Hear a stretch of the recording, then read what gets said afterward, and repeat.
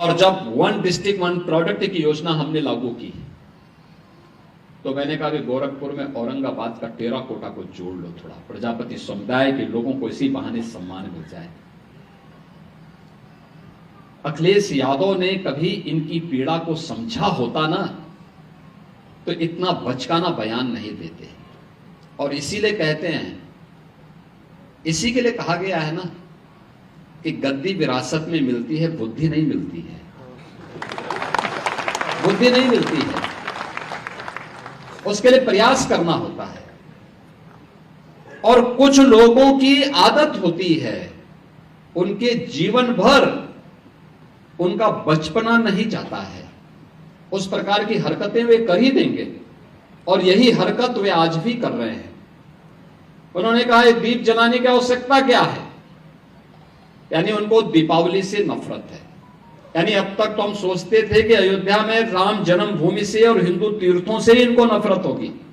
आप याद करिए, जब हमने ब्रज तीर्थ विकास परिषद का गठन किया था तो उन्होंने कहा था कि मैं सेफाई में दुर्योधन की मूर्ति लगाऊंगा। मैंने कहा कंस की भी लगा दीजिए।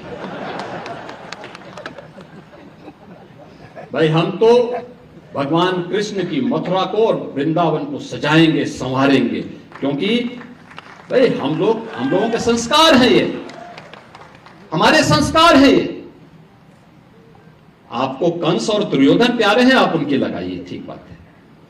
और यही बात उन्होंने इस बार यहां पर भी कही दीपावली के अवसर पर। यानी वे रामद्रोही ही नहीं है, कृष्ण द्रोही भी हैं और सनातन पर्व और त्योहारों के द्रोही भी हैं। किस प्रकार का दोहरा चरित्र लेकर के लोग कार्य करते हैं, यही परिवर्तन है।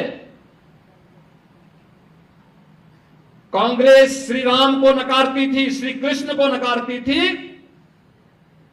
आज दुनिया अयोध्या में आकर के श्री राम जन्मभूमि में रामलला का दर्शन कर रही है और अभिभूत होती है। मैंने वह दृश्य देखा है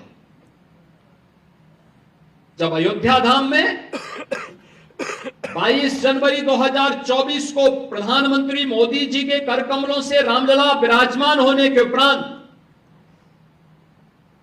उस दिन समाज के अलग अलग नेतृत्व वर्ग ने अयोध्या धाम में दर्शन किया था, रामलला का दर्शन किया था।